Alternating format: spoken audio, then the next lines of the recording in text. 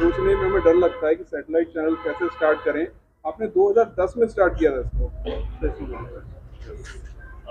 आप सभी को नमस्कार, जय भीम और आप सभी का स्वागत। थैंक यू अनुज जी। जैसा कि आपने कहा कि सबसे पहला सब्जेक्ट टी चैनल हमने स्टार्ट किया था 2011 में था, 2011 में।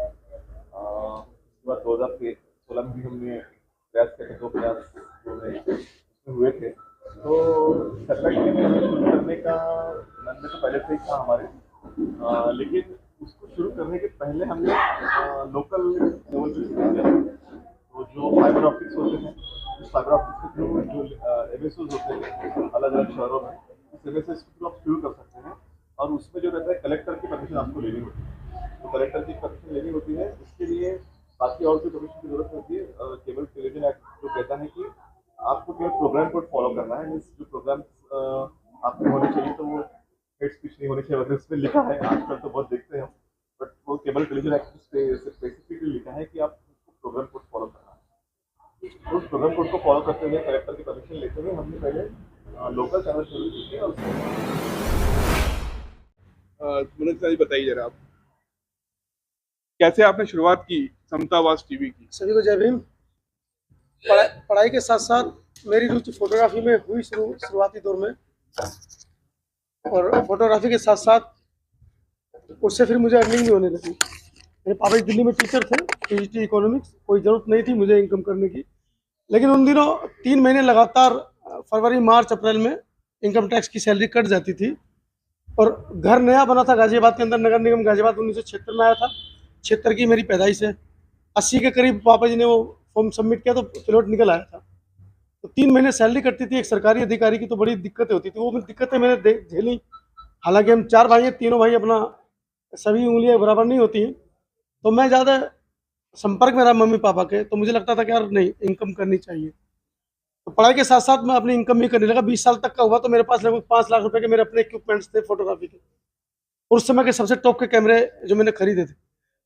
2000 में मैंने शालीमार गार्डन में पापा जी का हमारा प्लॉट था, मेरी कुछ कहीं से कुछ, क्योंकि एमएमएच कॉलेज गाजियाबाद का सबसे बड़ा कॉलेज है, वहाँ से वो पढ़ाई चली थी। और कॉलेज जो है वो कुछ थोड़ा सा बदनाम भी कह सकते हैं उन दिनों। तो कुछ लड़ाई झगड़ा मेरा ऐसा हुआ कि मुझे घर छोड़ना पड़ा। और घर से 20 किलोमीटर दूर जहाँ शालीमार गार्डन में एक पापा जी ने प्लॉट लिया था, उसी के अंदर हमने दुकान अपनी शुरू कर दी। आसपास कई किलोमीटर दूर तक घर नहीं थे, लेकिन दुकान में बैठ रहा था। फोटोग्राफी का शौक था, एडिटिंग करता था। तो उन दिनों केबल टीवी पर, सर जैसा कि आपने बताया कि केबल टीवी पर न्यूज चैनल्स की भरमार हुई बहुत ज़्यादा। उनको पता चला कि एक अंतानी नाम का लड़का है, वो एडिटिंग करता है। तो वो पूरे दिन अपनी वीडियो शूट करके लाते थे, मुझसे एडिटिंग कराते थे और केबल पे जाके उनको चलवा दिया करते थे। अब उसमें क्या हुआ कि छोटे छोटे बच्चे 15 साल के 16 साल के जाके सीधा थाने में घुस जाएं, रिपोर्टिंग करें, जिनको एबीसीडी नहीं पता। तो डीएम ने उनको बंद करा दिया सभी चैनल्स को। ऐसा हुआ था सर, सभी चैनल्स बंद हो गए। तो हमारा भी थोड़ा सा फर्क पड़ा। खैर मेरा स्टूडियो चल रहा था, बहुत अच्छा चल रहा था। लाखों रुपए की बुकिंग हुआ करती थी, शादी की, बर्थडे की। आप लोगों ने सभी ने कराई होगी, 1-1 लाख रुपए की अपनी फोटोग्राफी कराई होगी। तो उससे मेरी इनकम बहुत अच्छी थी। 2014 में हमने दिल्ली में एक बड़ा कार्यक्रम किया। उस कार्यक्रम में मुझे आवाज़ इंडिया टीवी के जो दिल्ली एनसीआर के ब्यूरो चीफ थे, उनसे मुलाकात मेरी हुई। उन्होंने संपर्क मुझसे किया, क्योंकि वो उन दिनों डीवीडी बनाकर सर को भेजा करते थे चैनल पे, और उन डीवीडीज को सर एडिट करके वो चला दिया करते थे। बहुत सी वीडियोस मैं खुद एडिटिंग करके दिया करता था। तो मुझे उन्होंने खुश होकर दिल्ली एनसीआर का सीनियर कैमरामैन अपॉइंट किया। यहाँ से मेरी जर्नी शुरू होती है अम्बेडकराइज मूवमेंट की तरफ। उससे पहले अम्बेडकराइज मूवमेंट 2014 से पहले मेरा नहीं था। जो दिल्ली एनसीआर के हमारे ब्यूरो चीफ थे, वो मुझे बोल देते थे कि अंतानी वहाँ चले जाओ, प्रोग्राम में वहाँ चले जाओ। तो जब मैं वहाँ पर जाता था, वहाँ पर मंच से कहा जाता था आवाज़ इंडिया टीवी के हमारे सीनियर कैमरामैन मनोज अंतानी जी बीच में हैं। तो मंच में बुलाया जाता था, मालाएं पहनाई जाती थी, सम्मान मिलता था। और जब मैं शूटिंग करता था तो वहाँ पर वक्तव्य सुनता था। और उन वक्तव्य से धीरे धीरे आप समझ सकते हैं कि जब आदमी एक ही तरह का काम करेगा, सुनेगा, समझेगा, तो मतलब मुझे कुछ समय लगा। मेरे दुकान के अंदर जो चिड़ियाघर थे, कबूतर खाने थे, वो मैंने निकाल के बाहर फेंक दिए और बाबा साहब और बुद्ध की प्रतिमा वहाँ पर स्थापित हो गई। आपने सेंसराइज तरीके से बात करी। हाँ, तो वहाँ पर क्या हुआ कि जो लोग जिन लोगों की शादियां मैंने पिछले साल शूट की थी, अब उनके छोटे भाई बहन बड़े हो रहे थे।